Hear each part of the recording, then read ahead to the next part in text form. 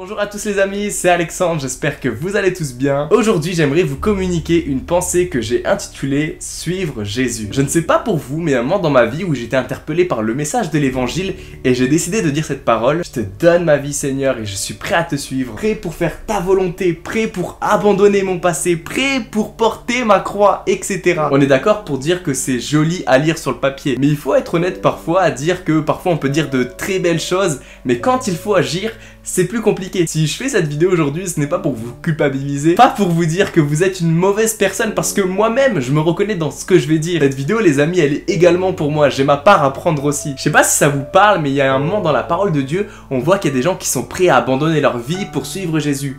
Mais il y a un petit problème. Il y a un petit problème parce que les gens sont de bonne volonté à vouloir suivre Jésus, mais il y a un petit quoi qui dérange. Et sans plus tarder, je vais vous partager ce passage que l'on retrouve dans Luc 9 au verset 57 à 61. Ils étaient en chemin lorsqu'un homme dit à Jésus « Je te suivrai partout où tu iras ». Jésus lui dit « Les renards ont des terriers et les oiseaux ont des nids, mais le Fils de l'homme n'a pas un endroit où il puisse se coucher et se reposer. » Il dit à notre homme « Suis-moi ». Mais l'homme dit « Maître, permets-moi d'aller d'abord enterrer mon père. » Jésus lui répondit « Laisse les morts enterrer leurs morts, et toi, va annoncer le royaume de Dieu. » Un autre homme encore dit « Je te suivrai, maître, mais permets-moi d'aller d'abord dire adieu à ma famille. » Jésus lui déclara « Celui qui se met à labourer puis regarde en arrière n'est d'aucune utilité pour le royaume de Dieu. » Les amis, je suis d'accord pour dire que ce qu'on vient de lire, il y a des paroles qui sont très fortes.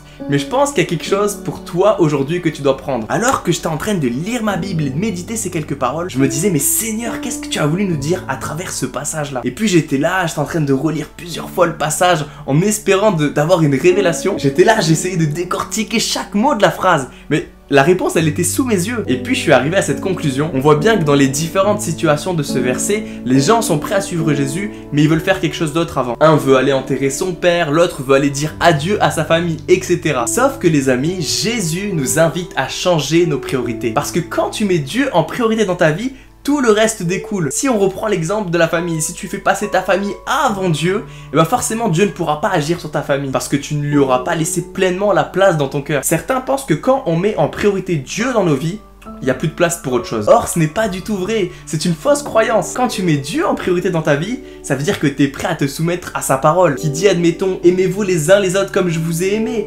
Aimez vos femmes comme Christ a aimé l'église. Si quelqu'un donne sa vie pour ses amis, c'est la plus grande preuve d'amour, etc.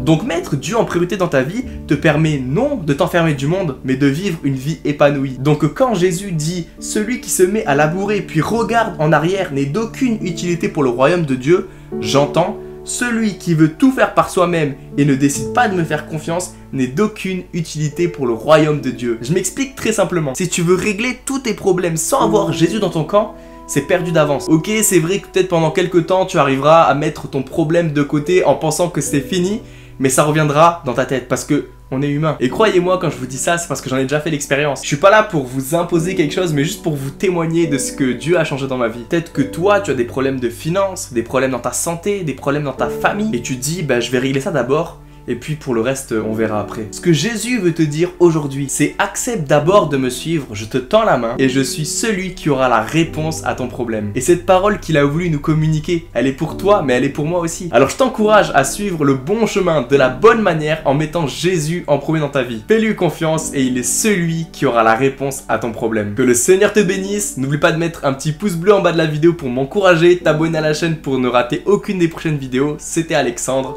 bye bye.